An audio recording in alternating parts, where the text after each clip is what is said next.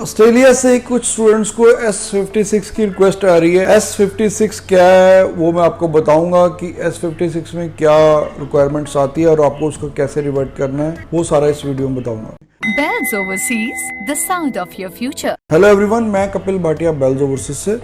Bells overseas से आप study visa की असेसमेंट करवा सकते हैं किसी भी कंट्री की फ्री ऑफ कॉस्ट 6292062920 पे कॉल करने के बाद। तो जैसा कि कुछ स्टूडेंट्स को S56 की रिक्वेस्ट आ रही है। S56 होता क्या है, जब भी आपकी ऑस्ट्रेलिया में फ़ाइल लगी है तो अगर वो आपसे कोई एडिशनल इन्फॉर्मेशन चाहते हैं, एडिशनल इन्फॉर्मेशन मांगते हैं, तो एम्बेसी आपसे S56 की रिक्वेस्ट करती है कि हमें ये वाली इन्फॉर्मेशन आप और प्रोवाइड करो।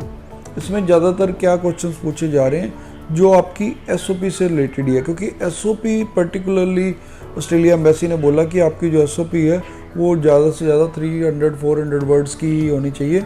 तो इसीलिए वहाँ पर आप पूरी एक्सप्लेनेशन नहीं दे पाते, क्योंकि लिमिटेड आपको उन्होंने वर्ड्स की अब बताया कि सिर्फ लिमिटेड इतने वर्ड्स के ही आप अपनी SOP बनाइए। अब होता क्या है कि अब अगर मान लो कोई वीज़ा ऑफिसर आपकी फ़ाइल देख रहा है, उसको वो किसी पर्टिकुलर चीज़ से सेटिस्फाइड नहीं है, सपोज़ वो आपके फ्यूचर प्लान को लेकर सेटिस्फाइड नहीं है, या वो सोचता है कि क्या आपकी फाइनेंशियल कैपेबिलिटी है इसको पे करने की, तो उसके रिगार्डिंग, या आपको वो सोचता है कि आपने पर्टिकुलरली ये प्रोग्राम क्यों लिया है, ये प्रोग्राम तो आपको नॉर्मल प्रोग्राम है, इंडिया में भी अवेलेबल है वहाँ पर, या आपकी अकोमोडेशन को लेके वो क्वेश्चन पूछ रहे हैं, तो इसके रिगार्डिंग वो कुछ आपसे रिक्वेस्ट कर रहे हैं।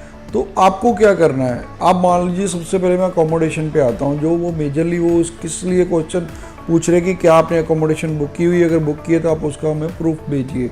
और अकोमोडेशन भी अगर मान लो आपने सिडनी में जा रहे हो तो क्या आपकी सिडनी की बुक है, आपको ये देखना जरूरी ये नहीं है कि अगर आपने सिडनी की यूनिवर्सिटी में अप्लाई किया है और आपके पास मेलबर्न की अगर अकोमोडेशन है तो वो गलत है, तो उसका भी हल है।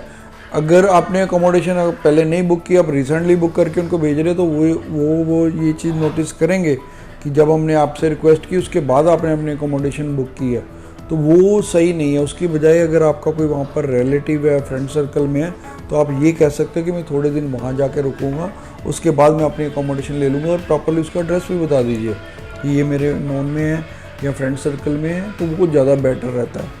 अब अगर आपसे कोई क्वेश्चन फ्यूचर प्लान्स को लेके पूछते हैं या यूनिवर्सिटी को पूछते हैं या ये पूछते हैं कि हाँ भाई ये प्रोग्राम इंडिया में अवेलेबल है तो आप क्यों नहीं कर रहे, तो उसको आप अच्छे से एक्सप्लेन कीजिए कि आप ये मानिए कि अब हमारे पास अपॉर्चुनिटी है।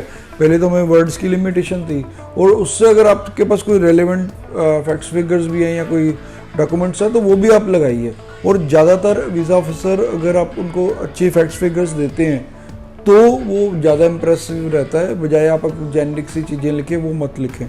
तो फिर भी अगर आपकी कोई इसके रिगार्डिंग क्वेरी है, क्वेश्चन है, डाउट है, तो आप हमें नीचे कमेंट कर सकते हैं। या हाँ, ये चिंता करने की जरूरत नहीं है, ये सभी को रिक्वेस्ट नहीं आ रही, बहुत चुनिंदा स्टूडेंट्स को रिक्वेस्ट आ रही है, तो कोई स्टूडेंट्स को पैनिक होने की जरूरत नहीं है। तो आप हमें नीचे कमेंट कर सकते हैं, हम आपको उसका भी रिवर्ट करेंगे, या आप हमारे हेल्पलाइन नंबर पर कॉल कर सकते हैं। Thanks for watching. Bells Overseas, the sound of your future.